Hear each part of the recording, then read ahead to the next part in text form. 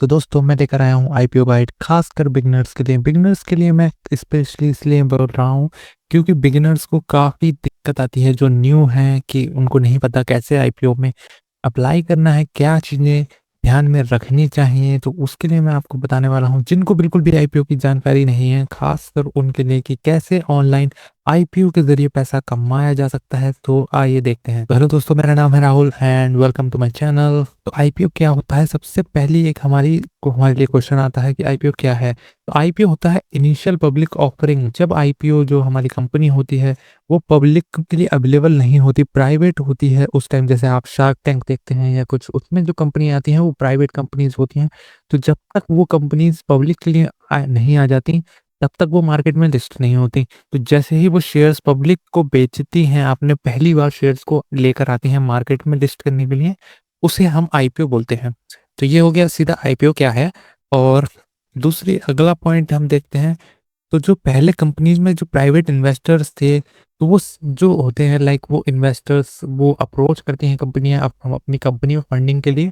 तो वो पब्लिक में नहीं होते पहले, वो जैसे शार्क टैंक्स वगैरह आपने देखा, तो वो प्राइवेट इन्वेस्टर्स होते हैं जो कि पहले सिर्फ उनके लिए ही ओपन हुई थी। लाइक उनके पास एक कॉन्ट्रैक्ट हुआ जो फिजिकल फॉर्म में हुआ, उसके बाद ही कुछ फंडिंग करी गई। उसके बाद कंपनी को और पैसों की जरूरत हुई तो कंपनी पब्लिक के पास लेकर आई कि आप हमारे शेयर्स खरीद सकते हैं, और उसके जरिए वो कंपनी के शेयर्स को पब्लिक को बेचकर पब्लिक को लिए ऑफर करती है और कंपनी को फंड देती है। कंपनी के पास फंड इकट्ठा हो जाता है उससे। तो अब क्वेश्चन होता है कि कमाई कैसे होती है। लाइक जो रिटेल है, जैसे हम लोग हैं, तो हमारी कमाई कैसे होती है इसमें। तो पहला पॉइंट मैं यहाँ पे, कई पॉइंट्स मैं बताना चाहूंगा, तो पहला पॉइंट मैं यहाँ पे आपको बताता हूँ कि आईपीओ जैसे शेयर होता है। आईपीओ शेयर आया, मान लीजिए 100 रुपीज का। अब हमने उसमें अप्लाई कर दिया, और अप्लाई करने के बाद अलॉटमेंट होती है। अच्छा ओवर सब्सक्रिप्शन है तो लॉटरी बेस पर आप अलॉटमेंट होगी। तो 100 रुपीज का हमें यहाँ पर शेयर मिल गया, फाइनली अलॉट हो गया। उसके बाद क्या, उसके बाद क्या होगा? तो उसके बाद जब लिस्टिंग आती है तब हमें देखना होता है एक इम्पॉर्टेंट चीज कि लिस्टिंग मान लीजिए कितने पर हुई, 150 पर हम मान लेते हैं लिस्टिंग हुई। तो क्या करेंगे, हम उसे बेच दिया। तो 50 रुपए का जो यहाँ पर अंतर है, यहाँ 50 रुपए का जो हमारा आईपीओ प्राइस और लिस्टिंग में अंतर हुआ, वो हमारा होता है प्रॉफिट का। तो जिससे हमारा 50 रुपीज पर शेयर का प्रॉफिट हो जाएगा। तो जैसे 50 रुपीज पर शेयर का प्रॉफिट हुआ, उसके बाद हम क्या करेंगे, लॉन्ग टर्म में इन्वेस्ट करना है या नहीं करना, उस हिसाब से हम सोचते हैं और बेच देते हैं। या फिर हम लॉन्ग टर्म में इन्वेस्ट करके उसको और इंक्रीज कर सकते हैं। लाइक अभी हमें हमारे फंडामेंटल्स, हमने सारी चीज़ की एनालिसिस की थी और फंडामेंटल्स वगैरह, कंपनी वैल्यूएशन सब चीज़ चेक करी, और देखा कि 150 रुपीज पर शेयर पर ये लिस्ट हुआ है, लेकिन ये अच्छा जा सकता है, कोई अच्छी कंपनी है, तो हम लॉन्ग टर्म में इन्वेस्ट करने का उसमें सोच सकते हैं। तो हम शेयर नहीं उस टाइम पर नहीं बेचेंगे, तो हमारे पास वो कम प्राइस में, लाइक 100 रुपीज के प्राइस में हमारे पास पड़ा रहेगा। जबकि मार्केट में उसकी एंट्री ही 150 रुपीज पर हुई है। 150, अब मार्केट में एंट्री होने के बाद आप उसे 100 रुपीज पर नहीं खरीद सकते, आपके पास पहले से ही 100 रुपीज पर वो पड़ा है। तो ये आपके लिए बेनिफिट हो जाता है। तो आईपीओ में लॉस कैसे होता है? अब ये कि बहुत ज़रूरी चीज़ है, लॉस भी होता है आईपीओ में। क्यों होता है, कैसे होता है, वो समझ लेते हैं। चलिए, सबसे बड़ी चीज़ है कि आपने गलत कंपनी में इन्वेस्ट कर दिया। अब गलत कंपनी कौन सी होती है? कंपनी तो सारी सही होती है, अगर एक बिगिनर की नज़र से सोचा जाए। कंपनी है, पैसा बना रही है, तभी तो कंपनी है। कंपनी है, कुछ काम कर रही है, पैसा बना रही है, मार्केट में है, तभी तो वो कुछ अपने आप को चला पा रहे हैं। तो हमारा लॉस कैसे हो जाएगा? तो उस चीज़ के लिए हमें पॉइंट हैं कई सारे, उनको ज़रूर समझना चाहिए कि सही एनालिसिस करे बिना इन्वेस्ट करना, तो गलत कंपनी में पैसा जा सकता है उससे। इसका मतलब आपने इन्वेस्ट एनालिसिस सही से नहीं करी और इन्वेस्ट कर दिया, चांसेस आपके हैं कि गलत कंपनी में भी आप इन्वेस्ट कर देंगे। क्योंकि कुछ कंपनीज ऐसे होंगी, गलत कंपनी का मतलब ये नहीं होता कि लाइक वो पैसा लेके आपका भाग जाएगी, लेकिन जो वो आईपीओ प्राइस लेकर आ रही है, क्या वो उस वैल्यूएशन के हिसाब से वो आपको प्रॉफिट दे पाएगी? क्या वो आप जो प्राइस उन्होंने प्राइस बैंड सेट करा है, वो प्राइस बैंड ठीक है?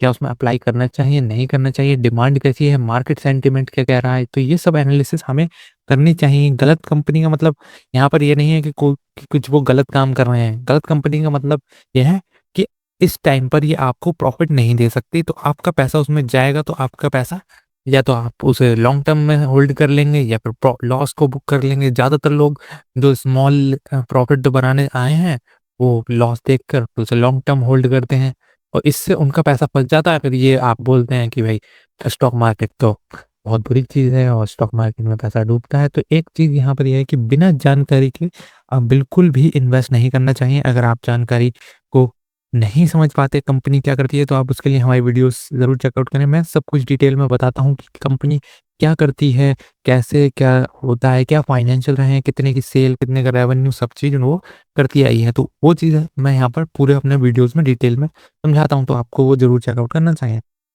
अब आपने जो गलत वैल्यूएशन वाली कंपनी है, जो आपको प्रॉफ़िट नहीं दे पाएगी, उस टाइम अगर उसमें पैसे डाल दिए, तो इसका मतलब गारंटीड ये नहीं है कि आपका लॉस हो ही जाएगा। लॉस होने के चांसेस बहुत ज़्यादा हो जाएँगे, लेकिन ऐसा भी हो सकता है मार्केट इतना अच्छा चल रहा हो, उस टाइम मार्केट सेंटिमेंट इतना अच्छा हो, डिमांड्स आईपीओज़ की इतनी ज़्यादा हो कि आपके उसमें वो लॉस ना देकर फ्लैट लिस्ट हो जाए, कि जितना पैसा आपने लगाया, आप उतने पैसा पूरा का पूरा पैसा निकाल पाएँ या थोड़ा-सा बहुत ऊपर प्रॉफ़िट भी ले पाएँ, तो ये पॉसिबल है कि आपका ये हो सकता है। तो क्या होता है, अच्छी वैल्यूएशन हो गई, अच्छे फंडामेंटल्स हो गए, इन कंपनी में अप्लाई करने से ऐसा नहीं है कि आपका प्रॉफ़िट ही होगा, लॉस होने के चांसेस भी हैं, क्योंकि मार्केट में अब इन्वेस्ट करना जोखिम के अधीन है, जो कि आपने बहुत जगह एडवर्टाइज़मेंट में देखा होगा।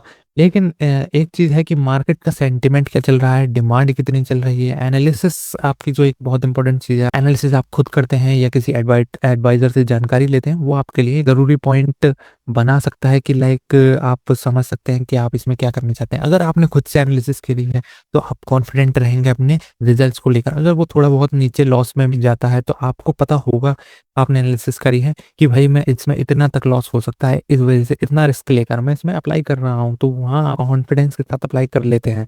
तो अपनी एनालिसिस ज़रूर करना सीख लें। ज़्यादा टाइम नहीं लगता है एनालिसिस करने में, तो एक आपको थोड़ा-सा, जैसे अगर आप वर्किंग इंडिविजुअल हैं, ऑफ़िस जाते हैं, कोई भी काम करते हैं, तो आप फ्री टाइम में वो कर सकते हैं और आईपीओ के लिए भी आपको ज़्यादा चार्ट वग़ैरह देखने की ज़रूरत नहीं होती है, क्योंकि आईपीओ आने से, मार्केट में लिस्ट होने से पहले उसका कोई चार्ट की डिटेल्स आपको ऑफ़िशियल वे में नहीं मिल पाएगी। अगर आप अनऑफ़िशियल मार्केट में देखेंगे, तो वो आपके लिए डेटा रेलेवेंट नहीं होगा, क्योंकि कई बार जो अनऑफ़िशियल मार्केट में डेटा आपको दिखाई देता है, अनलिस्टेड मार्केट में आपको डेटा दिखाई देता है, उससे काफ़ी ऊपर या नीचे आईपीओ आ जाता है। तो उसलिए मैं कभी भी आपको अनलिस्टेड मार्केट में देखने के लिए सलाह नहीं देता हूँ। आप हमेशा से एक लिस्टेड मार्केट में ही या एक ऑफ़िशियल वे में ही इसको देखें। अच्छा, अब एक हमारा सबसे बड़ा क्वेश्चन आता है बिगिनर्स के लिए, अगर आपने आज तक आईपीओ में अप्लाई नहीं करा है, तो आईपीओ में अप्लाई कैसे करना है? अगर आप जानते हैं आईपीओ में कैसे अप्लाई करते हैं, तो बहुत अच्छी बात है। अगर आप नहीं जानते हैं, तो आप ज़रूर हमारी इस चीज़ को समझ लीजिए, ताकि आप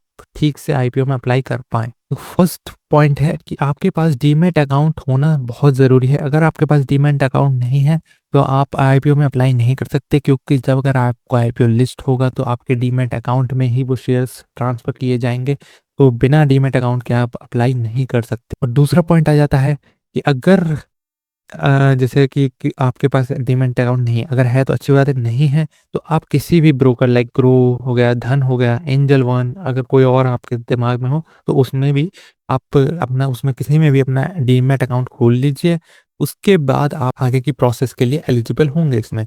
अब हमारी एक चीज़ आती है कि अकाउंट तो खुल गया, अकाउंट खुलने के बाद सही कंपनी के आईपीओ को सिलेक्ट करना ज़रूरी है। सही कंपनी का आईपीओ, जैसे मैंने आपको पहले बताया, एनालिसिस करेंगे, आपकी कंडीशनिंग के हिसाब से बैठ रही है, आपके रिस्क रिवॉर्ड के हिसाब से बैठ रही है, आप ठीक से समझ पाएँगे कंपनी क्या करती है, वैल्यूएशन कितनी है, कहाँ से पैसा आ रहा है, कितनी सेल कर पा रहे हैं, सब चीज़ आप समझ पाएँ, तब आप इसमें, आपके लिए वो एक सही कंपनी है, अगर आपको वो एक अच्छा व्यू समझा पाती है। अब आईपीओ अप्लाई तो कर रहे हैं, आईपीओ आपने समझ लिया, आपको अच्छा लगा बहुत कि इसमें आपने उम्मीद भी कर ली कि भाई इसमें इतना डिमांड है, इतना इसमें गेन हो सकता है, तो आपको क्या करना है, आईपीओ अप्लाई करते समय आपसे कुछ गलतियाँ हो सकती हैं। ये गलती जो है, एक बहुत ही कॉमन चीज़ है, जो कि यूजुअली जो बिगिनर्स होते हैं खासकर, वो लोग कर देते हैं। तो आपको ये समझना पड़ेगा कि कौन-सी गलतियाँ हैं जो आपको नहीं करनी है। उसके लिए हमारी एक आईपीओ मिस्टेक्स पर एक वीडियो है, ज़रूर देखनी चाहिए आपको। मैं आपको दिखा देता हूँ कौन-सी वीडियो है। ये वीडियो है, ये वीडियो को आपको ज़रूर चेक आउट करनी चाहिए। ये वीडियो आपको बताएगी कि सही तरीके से आपको आईपीओ कैसे लगाना है, क्या गलतियाँ आपको नहीं करनी है,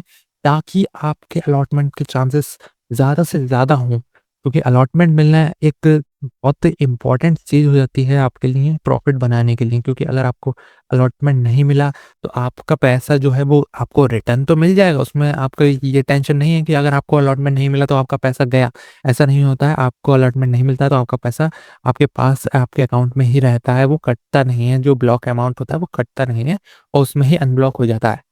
लेकिन अब आपने पूरी एनालिसिस करी, लेकिन आप चाहते हैं 100% कि भाई मुझे अलॉटमेंट मिल जाए, तो उसके लिए आप जो गलतियाँ कॉमनली इस लोग कर देते हैं वो आप ना करें। उसके लिए आप ये वीडियो को ज़रूर चेकआउट करें। इसमें मैंने सारी गलतियाँ समझाई हैं कि क्या गलतियाँ यूजुअली लोग कर देते हैं और किस तरीके से आईपीओ को लगाना चाहिए ताकि आपको ज़्यादा से ज़्यादा चांसेस हों अलॉटमेंट मिलने के। अब एक आखिरी पॉइंट, जब आप आईपीओ लगाएँगे तो आपके बैंक अकाउंट में फंड्स ज़रूर होने चाहिए। अप्लाई करते टाइम लाइक रिटेल में मेन बोर्ड का कोई आईपीओ अप्लाई करते हैं तो मेन बोर्ड में अक्सर आईपीओस 15,000 के आसपास, 15,000 से कम ही वैल्यू पर लेके आता है। या तो 15,000 होगी एग्जैक्ट या 15,000 से कम होगी ज़्यादातर केस में। 15,000 से ज़्यादा वो कभी भी नहीं होता है। तो आपको क्या करना है, रिटेल में 15,000 के आसपास आपके बैंक अकाउंट में रिटेल में अप्लाई कर रहे हैं तो 15,000 के आसपास आपके पास ज़रूर होने चाहिए, तभी आप उसमें अप्लाई करें।